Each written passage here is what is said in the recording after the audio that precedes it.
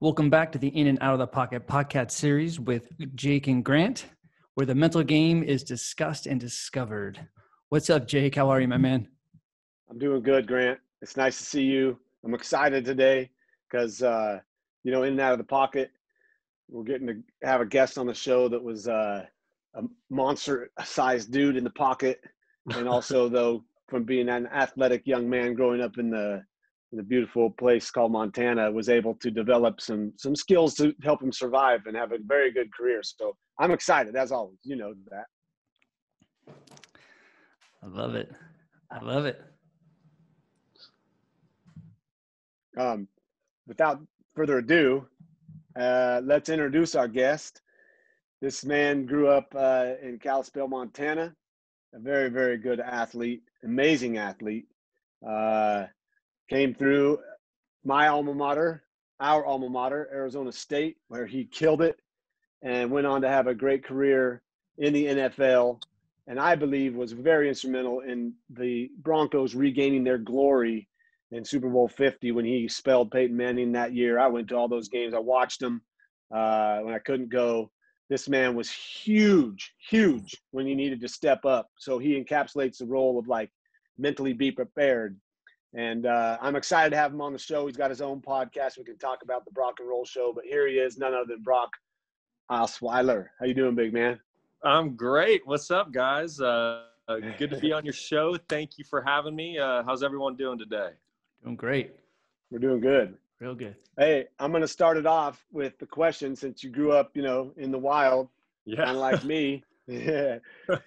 Today we're in this crazy time. So, it's COVID, pandemic. You gotta understand, trust your instincts, but also be aware of what's around you, and also be okay with being alone a little bit and like isolated somewhat. So what skills did you learn growing up as a young kid in Montana that have served you well in the current environment today?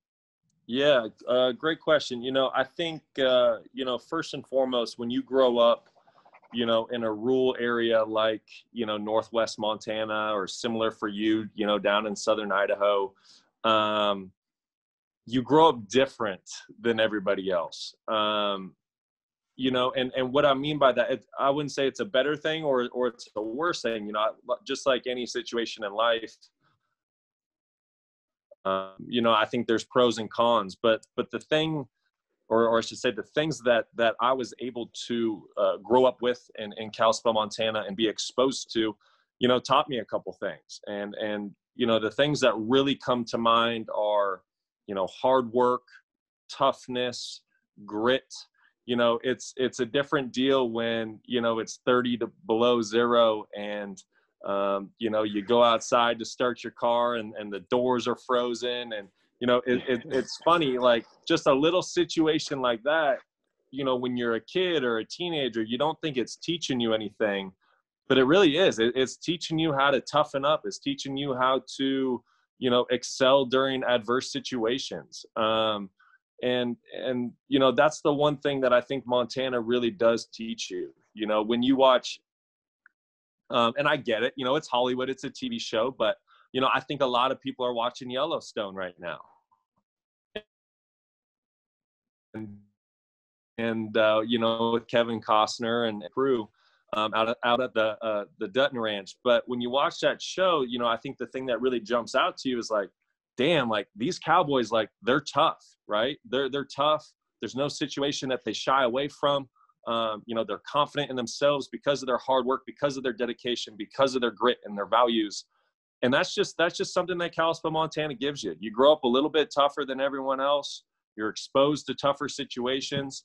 I think you are, it's funny. The first time I took my wife back home, and we're driving around town, a small town, and I'm waving to everybody. A car passes by me, and I'm sure you can attest to this up in Coeur d'Alene. Right now, you throw up the hand and you wave, and I remember she laughed. My wife grew up down here in Scottsdale, Arizona, and she goes, "Do you know all those people you just waved to?" And I said, no. I was like, being friendly, saying hi, and wishing that person a good day. And that's some of that stuff that Kalispell, Montana teaches you. I'm appreciative for it, and it's something that will Nice. never leave me. Nice. Teach you to cope and how to be okay with being friendly. Like, what's so strange about being friendly? Yeah, absolutely. You know, and when you're Exactly. talking about to take it into, you know, COVID-19 and this world pandemic that we all face, you know, that there was times in Montana where, you know, you'd get 3-4 feet of snow overnight. And I kind of lived, you know, it's not like the town was big of Kalispell, but I was still 15-20 minutes outside of town, kind of out in the mountains. Yeah. So we would get these big snowstorms, and literally our front door would be snowed in. And so, you know, you spend 4 or 5 days kind of isolated. Power might be out. And your parents just, you know, they teach you how to get through those times. You learn how to, you know, be patient. You learn how to, you know, just do things with your family and make the most of that time. And so, you know, like plan I said, too. You learn how to plan ahead. You know, you got to be prepared. Yeah. Right. And that's a skill set, you know, it's, you know, always be prepared for the unknown, you know, and that's really what Kalispell, Montana teaches you. Great. That's nice. Good finish there. Love it. I love it. Well, you brought up grit, which is a great segue into dealing with pressure. I want to go back to your ASU days, which I think is just fitting because obviously Jake went there as well. But I think you were the last true freshman to start a game on the team or within the program since Jake did it. So when you go back to when you're freshman, 18 years old, and you're starting your first Division I big game, how did you deal with that pressure? Did you have nerves? Was it excitement? Like, how did you deal with the emotions? Absolutely, I was nervous. I would love to sit here and tell you I wasn't, and I was cool as a cucumber. But that was also something coming from such a small town and making my first career start at 18 years old. It was on the road at University of Oregon, Autzen Stadium. It was an ESPN game. They were top 10 in the country. You know, we were fighting to be 500. And so, yeah, a lot of doubt rolls into your mind. You start questioning things, you know, am I truly ready for this moment? You know, it's funny, Autzen Stadium, I think, holds 60,000 people, and it's one of the loudest stadiums in the country. Wow. Where my hometown is 25,000 people, you know? So, how are you truly ever prepared for that moment? But looking back on that moment, I laugh and I wish I would have known what I know now. Obviously at this point, I'm retired. You know, I've played in the National Football League. I've worked with, you know, 2 to 3 sports psychologists, mental performance coaches. So the things I know now, I wish I would have had at 18 for that start, because boy, I fell flat on my face. I did not play well. But I will say this, the one thing I do remember back to that moment, and I have to give our head coach, Dennis Erickson, a lot of credit for it. You know, he just kind of reminded me that, listen, like, we recruited you for a reason. You earned this opportunity for a reason. And so just go out there and trust yourself. And I thought that was a really great piece of advice looking back. And definitely in the moment, it was very appreciative. But I'd be lying to you guys if I sat here and said, hey, I went out there and killed it. I was so confident. I was ready, because I wasn't. But I will say this. I think a moment like that, going up into an environment like Autzen, falling flat on my face like I did, you know, that can do 2 things. It could kill your career. It could kill your confidence. You might not ever bounce back from that. Or you can kind of do the alternative and do what I did. And I studied that game really hard. I looked at myself internally really hard and said, listen up, dude. If you are going to, you know, have any success at Arizona State, let alone maybe at the next level or whatever, you have a long ways to go. You have a lot of hard work to put in. And that's literally what I did. I just got back to work and I tried to outwork all of my opponents. I tried to outwork all my teammates, because that game just showed how much more improvement I needed to make. That is a good time to learn when you're a true freshman on the road in Oregon. That's tough. I was on the road in Pullman second half. go ahead. I'd sprained my ankle the week earlier, so I had a little gimp to me too. So they threw bleeding meat out to the wolves. And yeah, I had a few moments that were fun to look back on, but then also threw pick six, got blasted by some, I think he was a Samoan D lineman, just killed me. And yeah, it was welcome to the league, but it was, again, you can't be prepared for that. And it's funny, in today's world, it seems like these young kids have such success so immediately. And even their failures aren't really that bad. I mean, they're 20 of 30 in the first half, and their coach is pissed because they overthrew 2 deep balls. So the other guy's coming in. So what was your failure? My failure was not being perfect. Yeah. It's like, I feel there's a wrong approach to coaching, and where a guy like Grant, and as you mentioned, seeing a sports performance coach, let's be real, that dude's there to help you try to digest all the pressure you feel being all eyes on you as a quarterback. So how did you deal with that? I mean, you said you went back and watched the film, but how did you still retain and remain QB number one in those times where you did fall on your face? Well, it's funny because I didn't remain QB number one. After the Oregon game, I got demoted. I went back to being the backup as a true freshman. I was the number 2. And then Danny Sullivan, I believe, went in. Samson Sakachi played a couple games down the stretch, and it was just kind of this mixed bag of quarterbacks. But you just kind of touched on it. And I get it. The game's in a different place than it used to be. But there's 2 things I would love to say that you kind of alluded to. Yes, without question, true freshmen quarterbacks in college football and even rookies in the NFL, it just seems like they're stepping in and having so much more success. I'd love to know, why. I have some ideas of why. I think they're exposed to more things at the youth level, mentally, physically, so that they just, by the time they show up to campus, they're developed physically, they're developed mentally, and they're confident and they're ready to roll.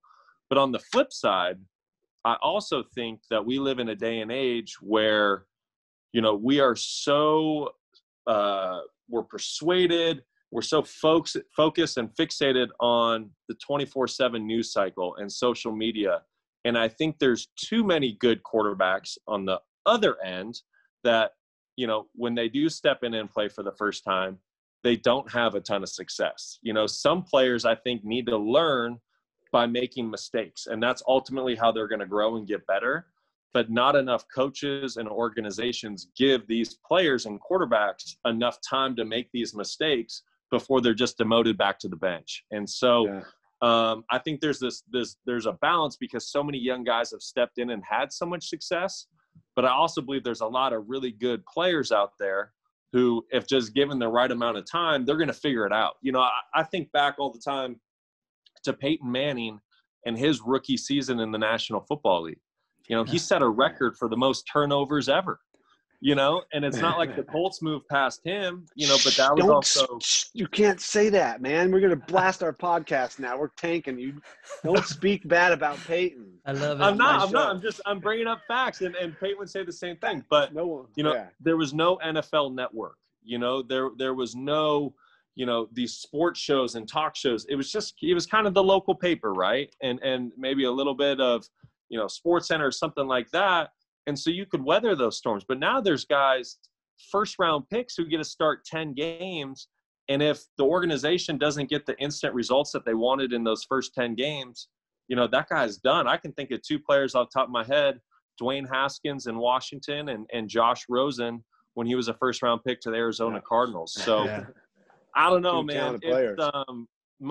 Everyone's situation's different. I think Jake went in there as a true freshman, had a lot of success. I went in there as a true freshman. A lot of rope too. They gave me a lot of rope. They just kept I went in there. We're gonna pull you back, and you're gonna be like, wow. I went in there. I didn't have success. I was pulled out, and like I said, I faced a crossroad. Hey, give up right then and there, or get your butt back in the film room, get your butt back in the weight room, and get to grinding, because you had a long ways to go. And fortunately, I chose the right fork in the road. But we live in interesting times with that 24/7 news cycle. I have to go back a little ways here. You touched on something, and whenever I hear this, it kind of goes, because you said, like, these kids having success, they learn it in Pop Warner. That's too young to be learning how to read the top off of a defense or 2 route combos when you're 10, 11, 12. It's like unneeded stress. So explain to me then, if you can, or a certain player like a Josh Allen. Yeah. Let's be real right now. Like maybe his style doesn't last 20 years in the league or even 10, but like what he's doing in the league has not been seen by many folks. Yeah. Cam Newton sort of, but like that physicality. He wasn't a 10-year-old Pop Warner QB getting to learn the defenses. So how do we please tell me we can still like have room for these kind of souls that are not recruited, that have to fight to even get a scholarship. But look at him now. He's dominating the NFL. How many, I mean, come on. Yeah, boy, I hope so. And I agree wholeheartedly with you, Jake. 10, 11 years old. In fact, even pre-high school, let kids be kids. Like the year-round soccer deal, you know, when they're 8 years old and they're flying on airplanes to go play in tournaments. No, let them be kids, you know, be well-rounded, play as many sports as you possibly can. When summertime hits, go be a go swim in the lake, go get go dirty, go get a part-time job, you know? Yeah. Create a new game. So yeah. So I believe that stuff. Where I think a lot of these kids are making huge strides going into college is later on in their high school careers. I think there's so many camps that are offered. There's a lot of QB coaches now that have NFL experience that, you know, if mom and dad are willing to write the check, they can send their high school kid to, you know, quarterback coach X and learn what cover 1, 2, 3, 4 is, how to attack it. They learn footwork drills, like things I didn't learn until I was basically a junior in college. So that's, like you said, if you could go back and learn it again, like look what you have at your disposal. Right. But I also believe in the butterfly effect, and everything happens for a reason. But to your point about Josh Allen, I love that you bring him up because I'm a fan. I really am. I absolutely love how he plays the game of football.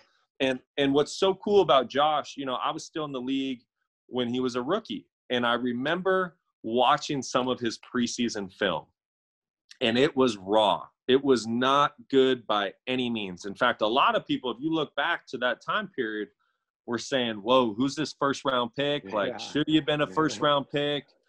But he would put a little flash on film where you would go, whoa, like that's not human. And so it's just so cool to see how you're talking about, hey, given some rope, right? The Buffalo Bills have given him some rope. But at the same token, he's taken his opportunity and progressively gotten better every single year that he's played.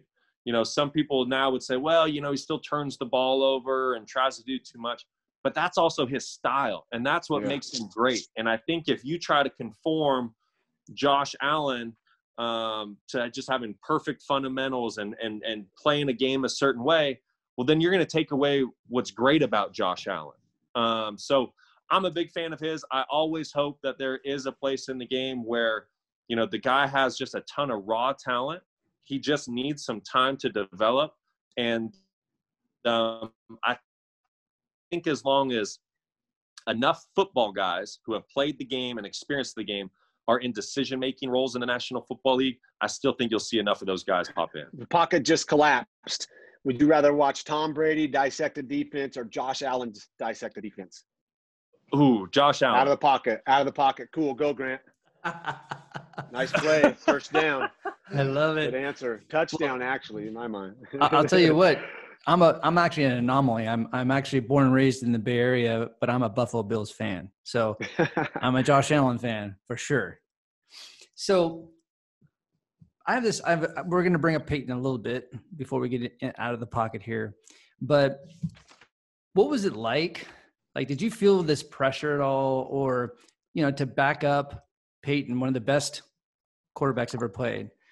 Did you feel that pressure to filling in his shoes? And we talked a little bit about how the landscape of football has been changing. We all know that Peyton kind of pushed the change, better for worse. I know Jake and I have talked about it's probably not a good thing what he did as far as what he's did with offenses. But do you think the way that he's kind of changed football, do you think that's healthy for development?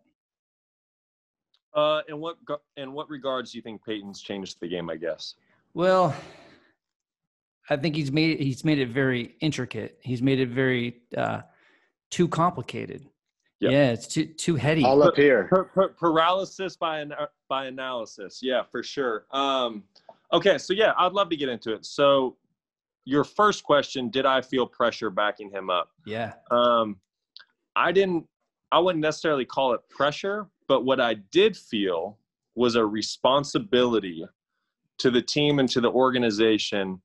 If he ever got hurt and I needed to step in and play, to be ready to play, to be ready to go out there and win football games, because obviously when Peyton was on the field, we were winning 75% of our games, and that's what the organization, expected.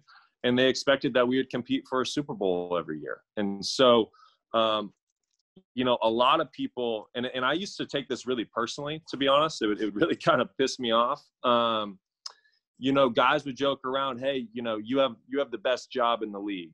Oh, I wish I had your job. And it would really piss me off because, well, one, I wanted to play. No one signs up to sit on the bench. Right. But number two, I also took great pride in the way I prepared every single year that I was Peyton's backup. To the point where, I don't want to get in comparisons because who knows what he was doing when he would leave the facility at night. I only know what I was doing. But trust me when I say every minute that I was actually awake during that day, when we're talking during the season, I was preparing as though I was going to play that game on Sunday, because you never knew when he was going to go down. And I had this belief that if you stayed ready, you never had to get ready. And that was something that I wanted to always, just do by example. And so, I kid you not, I remember as a rookie, the first day I got there, I probably got to the building around 6:30, which was really early considering football at ASU didn't start till 2 p.m. So I was like, whoa, 6:30 in the morning. I got there and, there was a dozen cars in the parking lot already. And Wow. So the next day I got there at 6 and now there was a half dozen. Well, one of those cars was still Peyton. And I kept getting to that building earlier and earlier and earlier until I finally beat him. There was only two people I couldn't beat. And it was Greek, our head trainer. I swear to goodness he got there at 3 a.m. Slept there. He slept in the tape rolls. Yeah, Jake knows. Jake had him, loved the Greek, but boy, was he there early. In fact, he would have to unlock the door and let me in. And then Adam Gase, at the time, he was our quarterback coach as a rookie, and then he turned into our offensive coordinator, and obviously now he's the head coach of the New York Jets. So those were the only two people that would beat me to the building. And the way I looked at it, and I can't remember at the time if Peyton had played 14 years or 15 years or whatever it was when I was a rookie, but I said to myself, listen, I got 15 years to make up on this guy. And because if something happens to him, this is a no excuses business, and people are going to expect me to step in to run the same exact offense and to produce wins. And so that's what I did. And then when I went at home at night, I'd sit down for about a half hour with my wife, have dinner, and then she knew it. I'd go right back to the office and I would study till 9 p.m. when I'd go to bed. And so that was something that I took a lot of pride in. I wasn't going to let the team down if something happened to him. And so, and then your second question, the paralysis by analysis is at least the way I kind of put it with Peyton. That was tough. And obviously I had a lot of personal experience with that. I remember, and I'm not going to name the name, but there was a coach my rookie year on the staff. And he said to me, and I still to this day, I talk to my wife about this. I don't know if it helped me or if it hurt me, but I'll never forget it. We were playing the Oakland Raiders. We were on the road. It was the night before the game. We were in the hotel. And we were just kind of visiting before the meeting started. And he said to me, he goes, listen, I need you to be more like Peyton. I need you to do everything that he does. You try to resemble that man to a T. Wow. And, I'm a guy that I really, if there's a coach and in the hierarchy chain, coaches are, I'm going to take his word and I'm going to, give everything I have, when a coach asks something of me. And so, that was something I really internalized. And, I studied him hard. And so, I felt like everything that he would do mentally to prepare, I needed to do. And I would say this, there was a lot of things that definitely benefited me throughout my career, trying to resemble that. It definitely, I think, sped up my learning curve in some ways. But without question, there was also a little bit of, there was probably me trying to do too much at times, and it hurt me. You know, I think back to my very last year playing, and I was playing for the Miami Dolphins, and, you know, statistically had one of my best seasons of my career, if not the best. And, you know, I remember going into that year, it was kind of a prove it year for me, I think, to keep my career going. And I ended up finishing the year right around a 90 quarterback rating. And the point of this is I went into that season and I said, here's the deal, Brock. I said to myself, I remember the night before training camp, whether you completely fail this season and fall right on your face, or you have a ton of success, you are going to do it by being Brock and no one else. You're not going to try to be someone else. You're not going to try to do it someone else's way. You are going to trust your instincts, and you're going to trust your gut on all things that hit you during the season, and you're going to roll with it. And I tell you what, I had the most fun I've ever had playing football. I had, like I said, one of my best years. There was a big game in there that I didn't even know I was going to be the starter of that game until about 5 hours before kickoff. I didn't find out until Sunday morning. And it was against the number one defense in the NFL that year. Went out there and had a big day. And so, yeah, you know, I learned a lot from Peyton, but I also learned that at the end of the day, take as much information in from others who are maybe better in your field or you want to learn from and grow from. But at the end of the day, you have to be yourself. Amen. Love it. That's very well said. No one's Peyton except him. Exactly. And no one, I don't know how many players there are out there that can do what he does with the mental side of the game. As far as his mental football IQ is off the charts to be able to process in that real time of the clock ticking down, that if those that don't know, it's actually faster than a second. 20. Yeah. That play clock is not that much time. There's no way in hell, no way for Peyton to make 5 checks and still go into a cadence and be peaceful and like not even fretting it while the clock hits 0, the ball snapped. That was like shitting my pants when that happened. The 500 times it happened in my career. So not many people can go like him. And one thing, he was maybe the greatest. I don't think so, because when the pocket broke down, he wasn't very good. And the greatest adapts to everything in my mind. So we'll have another time to talk about who you think maybe your idea of the greatest quarterback is. But one thing I probably think maybe you learned from Peyton about how to stack up your Thanksgiving plate, as Grant can tell right now, and we're out of the pocket now. Yeah, oh yeah. We went deep. We went deep in the about, pocket. You were solid today. I love it. Out now. I'm rolling to the right. This is easy.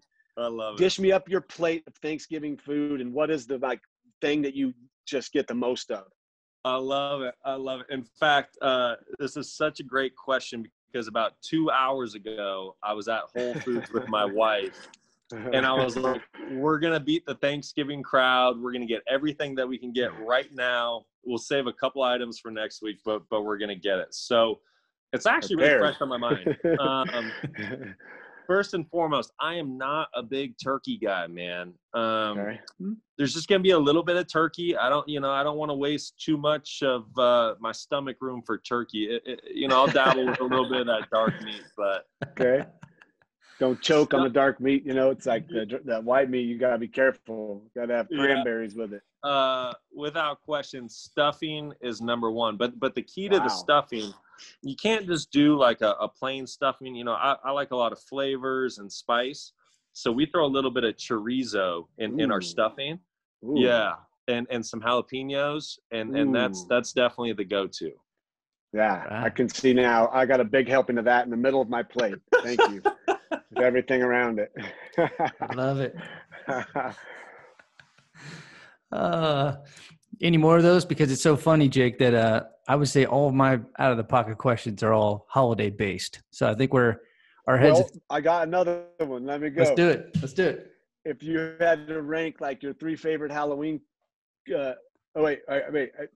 sorry, you cut out for a minute, Grant. Your 3 favorite Halloween candies, And then you're one that you just like, what the hell did some lady hand this out for? She hates kids if she gave this candy out. All right, man. Bad question. I'm boring. Listen, here's the deal. I'm doing everything I can in my power right now to avoid my dad bod. You don't eat candy, my ass. Kiss my ass, you don't eat candy. So there's not a lot. But if I did have to rank them, no question, Twix is going to be right up there. Love it. Snickers is going to be right up there. And then the toss-up is like, do you do like a Sour Patch Kid? Do you do a Skittles? Do you do a Reese's Peanut Butter Cup? It's just that for 3 is a toss-up. Peanut butter cup. Yeah. I feel your list. Now you're the one that you don't like, because mine is I'm gonna give you mine. Let me tell you. Oh, that's easy. That's so easy. What Whoppers is mine? Who gives out Whoppers? It's a malted milk ball. Come on, that's a bogus ass Halloween treat. What's yours? Great call. So I'm forgetting the name, but what's the candy bar that has like coconut in it? Almond Joy. Yeah. Almond Joy. There's just no place or for Mounds. that anywhere. Halloween, grocery store, convenience store, just get it out of there. Gotcha. Grant, give us yours, Grant. I need to know. Mine's peanut M&Ms. Ooh, yeah. I could rip those all day long, man. I could just sit there in my hands and just eat them. Okay. Dangerous. What about the one you'd give your dad? You're like, here, Dad, you can have these candies. They're the ones my kids give me, all their shitty ones. I'd give the nerds. I don't know what it was. A lot of people love those nerds, but I wasn't into the nerds. I mean, the candy. I got it. All right. Go, Grant. You got it out of the pocket for Brock? Yeah, I got a couple here, quick ones, holiday-based, if you will. Thanksgiving or Christmas? What's your favorite? Oh, man. Thanksgiving. Oh boy, those are just two such great. I mean, if I had to rank them all, it's like without hesitation, number one is 4th of July. I love everything about it. Coming from Northwest Montana, you're on the lake, you're on the boat. There's cocktails, there's beer, there's you're grilling, you're smoking things, you're with friends, you're with family. It's super patriotic, no question. It's 4th of July. But then when it comes to my second, 2A, 2B, it's Thanksgiving, Christmas. With Thanksgiving in a slight lead, I just love the fact that it's a big family and friends deal. You're getting together. You start pouring the wine at 9 a.m. as soon as you throw the bird in the oven.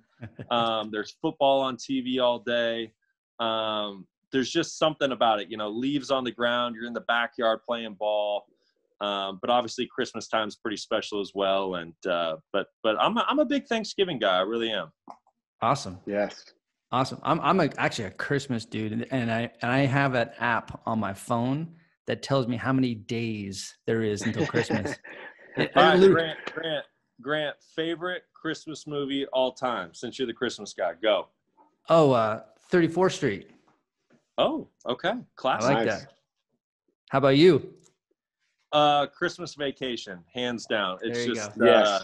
I'm with you, Brock. It's never too early. It might even come on this week for the first time. We already have the trio.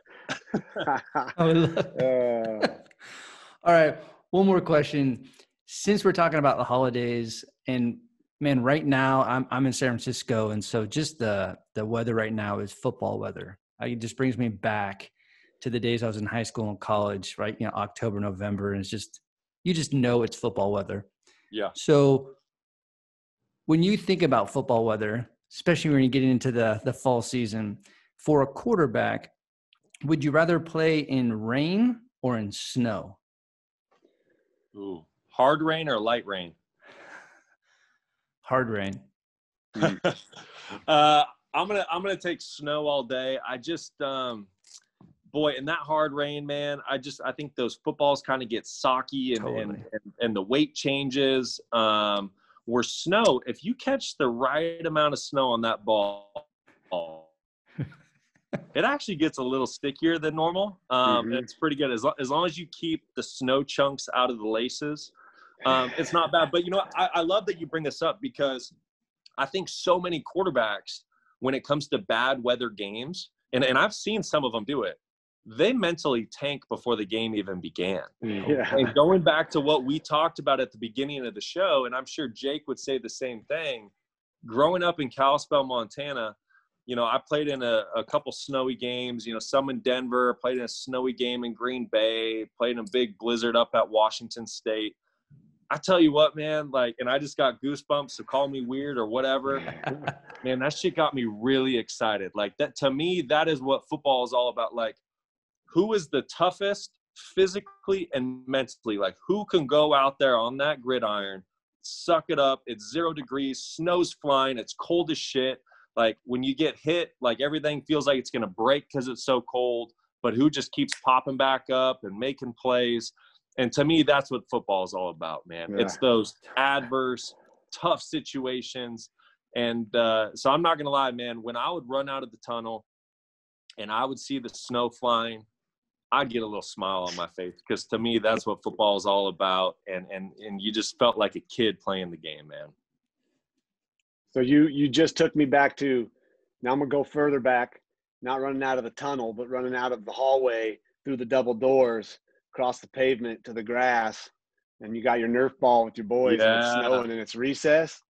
That's what we played for, right? That's why we played this crazy ass game called football in the NFL and took it as far as we could, was because of that little kid. Yep. And that feeling. And it comes from this time of year during Thanksgiving, which is my favorite holiday too, because eating is easy. No one comes and says, yo, you did a shitty job with your yams. Yeah. You didn't even go near your cranberries. Tomorrow I want you to read option the cranberries more with your turkey and then mix some corn in there on the side. Because cauliflower now is the new thing we got to have. Right. Whatever, But hey, we're going to wrap the show, I think, unless Grant has anything else for you, man. No, man. You know what? I did want to say, though, when I was younger, my career, every time I used to hate playing in rain, in any kind of rain. And I used to think going into it, I used to mind screw myself saying that I'm probably not going to do well. So I wish I taught myself back then to say, I get to play in the rain. I get to do it. So, and to your point, you just brought up a great point. I get to, that's a phrase that my wife and I use all the time, even down to, I get to do the laundry, right? Yes. Who wants to do the laundry? But you have to remind yourself how fortunate you are to be able to do that. And one of the things I think, if there's any young athletes listening to this show, and sorry for cutting you off, but you just sparked a thought when you said, I get to, the power of self-talk inside your own head is huge. It is so big. It is literally the game-changing thing in so many situations. So, if you're that guy who, when the rain starts flying as a quarterback, you say, oh shit, change your internal self-talk and say, no, this is great. I have the advantage today. Mm-hmm. My receivers know where they are going. The defensive back does not know where they're going. We're going to hit double moves for big plays. I'm going to hit my receiver on these big in cuts for big plays.